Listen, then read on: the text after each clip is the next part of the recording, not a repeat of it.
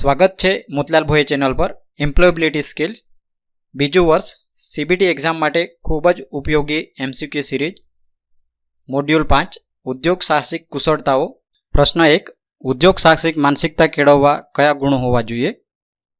Option A સ્વજાગૃતિ, બી આત્મવિશ્વાસ, C સ્વતંત્ર નિર્ણય લેવો, ડી આપેલ બધા જ. સાચો જવાબ છે આપેલ બધા જ. પ્રશ્ન 2 ઉદ્યોગ સાહસિક માનસિકતાનો અર્થ છે. ઓપ્શન એ તકો ઓળખો અને તેનો ઉપયોગ તમારા લાભ માટે કરો, બી સમસ્યાઓ ઉકેલવા માટે વિવિધ રીતો અજમાવો, સી હાર માન્યા વિના તમારા ધ્યેયને પ્રાપ્ત કરો, ડી આપેલ બધા જ. સાચો જવાબ છે આપેલ બધા જ. પ્રશ્ન 3 જો તમને તમારા સમુદાયમાં કોઈ સમસ્યાનો સામનો કરવો પડે છે તો નીચેનામાંથી કયા ઉદ્યોગ સાહસિક માનસિકતાના લક્ષણો સૌથી મદદરૂપ થશે? ઓપ્શન એ કંઈક કરવા માટે બધું સંપૂર્ણ થાય ત્યાં સુધી રાહ જોવી, બી સમસ્યાના ઉકેલ માટે પગલાં લેવા, સી સમસ્યાને અવગણવી અને આશા રાખવી કે તે દૂર થઈ જશે, ડી સમસ્યા માટે બીજાઓને દોષ આપવો. સાચો જવાબ છે બી સમસ્યાના ઉકેલ માટે પગલાં લેવા. પ્રશ્ન 4 એક વ્યવસાયી વ્યક્તિ જેવું વિચારવાનો અર્થ શું છે? ઓપ્શન એ ફક્ત પૈસા વિશે વિચારવું, બી નવી વસ્તુઓ અજમાવવાથી ડરવું, સી સમસ્યાઓને સુધારવા જેવી બાબતો તરીકે જોવી, ડી પરિવર્તન પસંદ નથી. સાચો જવાબ છે ઓપ્શન સી સમસ્યાઓને સુધારવા જેવી બાબતો તરીકે જોવી. પ્રશ્ન 5 જો તમારા સહકાર્યકરો તમારા પ્રોજેક્ટના વિચાર સાથે સહમત ન હોય તો ઉદ્યોગ સાહસિક માનસિકતા સાથે તેને હેન્ડલ કરવાનો સારો રસ્તો કયો છે? ઓપ્શન એ તમારા વિચારને છોડી દો, બી તેના વિશે વાત કરવાનું બંધ કરો, સી પ્રતિસાદ માટે પૂછો અને તેમની મદદથી તમારા વિચારને વધુ સારું બનાવો, ડી બીજાઓનું સાંભળ્યા વિના તમારા વિચારને વળગી રહો. તો આનો સાચો જવાબ છે કે આની અંદરથી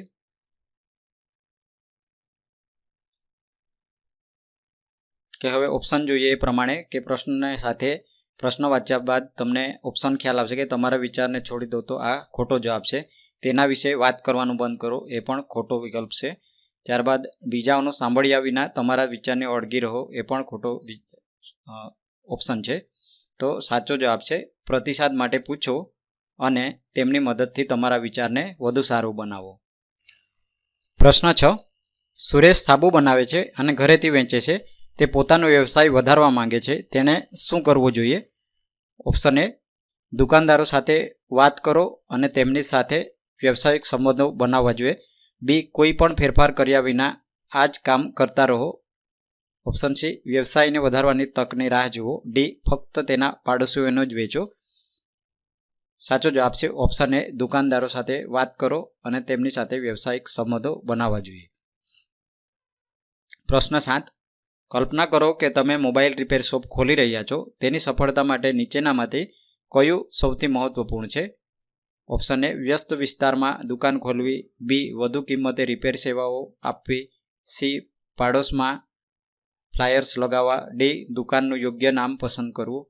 સાચો જવાબ છે એ વ્યસ્ત વિસ્તારમાં દુકાન ખોલવી. પ્રશ્ન 8 વ્યવસાય શરૂ કરતા પહેલા વ્યવસાય યોજના હોવી શા માટે મહત્વપૂર્ણ છે? ઓપ્શન એ રોકાણકારોને આકર્ષવા અને લોન મેળવવા માટે, બી લક્ષ્યની રૂપરેખા બનાવવા અને વિકાસ માટે સ્પષ્ટ દિશા નિર્ધારિત કરવા, સી સંભવિત પડકારો અને જોખમો ઓળખવા, ડી આપેલ બધા જ. સાચો જવાબ છે આપેલ બધા જ.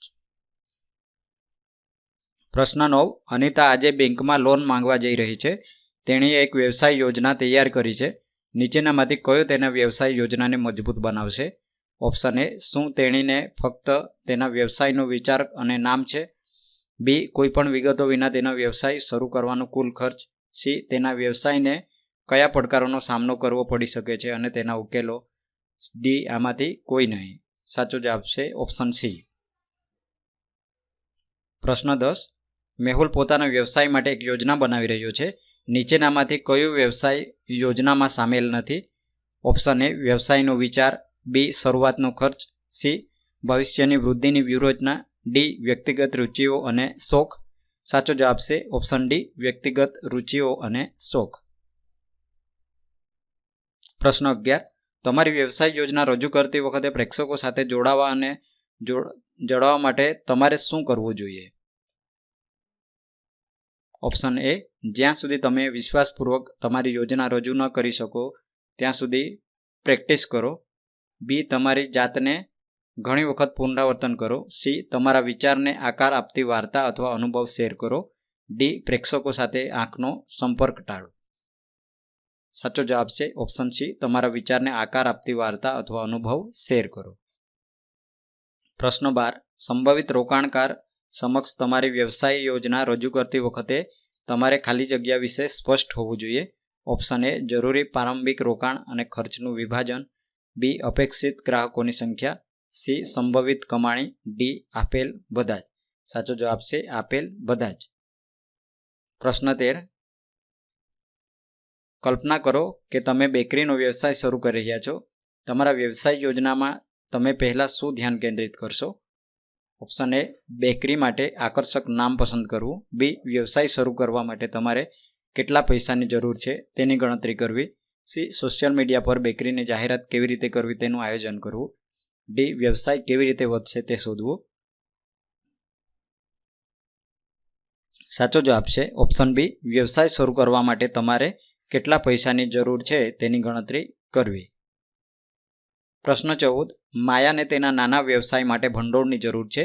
યોગ્ય રોકાણકાર શોધવા માટે તે શું કરી શકે છે? ઓપ્શન એ, તેણીને ઓનલાઈન મળતા દરેક રોકાણકારને તેણીનો વ્યવસાય યોજના મોકલો. બી, યોગ્ય રોકાણકારોને મળવા માટે નેટવર્કિંગ ઇવેન્ટ્સમાં હાજરી આપો. ઓપ્શન સી, તેણીનો વ્યવસાય યોજના તેના મિત્રોને મોકલો અને તેમને તે રોકાણકારોને મોકલવા માટે કહો જે તેઓ જાણતા હોય. ઓપ્શન ડી, યોગ્ય રોકાણકાર તેને શોધે તેની રાહ જુઓ. સાચો જવાબ છે ઓપ્શન બી, યોગ્ય રોકાણકારોને મળવા માટે નેટવર્કિંગ ઇવેન્ટ્સમાં હાજરી આપો. પ્રશ્ન 15, કલ્પના કરો કે તમે સંભવિત રોકાણકારો સમક્ષ તમારી વ્યવસાય યોજના રજૂ કરી રહ્યા છો. તેમના પ્રશ્નોને સક્રિયપણે સાંભળવા અને વિચારશીલ જવાબો આપવા માટે શા માટે મહત્વપૂર્ણ છે? ઓપ્શન એ, તમારી કુશળતા દર્શાવવા માટે. બી, આંખનો સંપર્ક ટાળવા માટે. સી, રોકાણકારોની ચિંતાઓને સમજવા અને તમારી યોજનામાં તેમનો વિશ્વાસ વધારવા માટે. ઓપ્શન ડી, આમાંથી કોઈ નહીં. સાચો જવાબ છે ઓપ્શન સી, રોકાણકારોની ચિંતાઓને સમજવા અને તમારી યોજનામાં તેમનો વિશ્વાસ વધારવા માટે.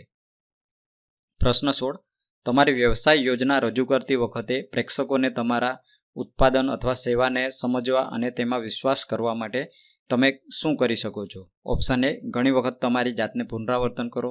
બી, ઉત્પાદન અથવા સેવાનો ડેમો આપો.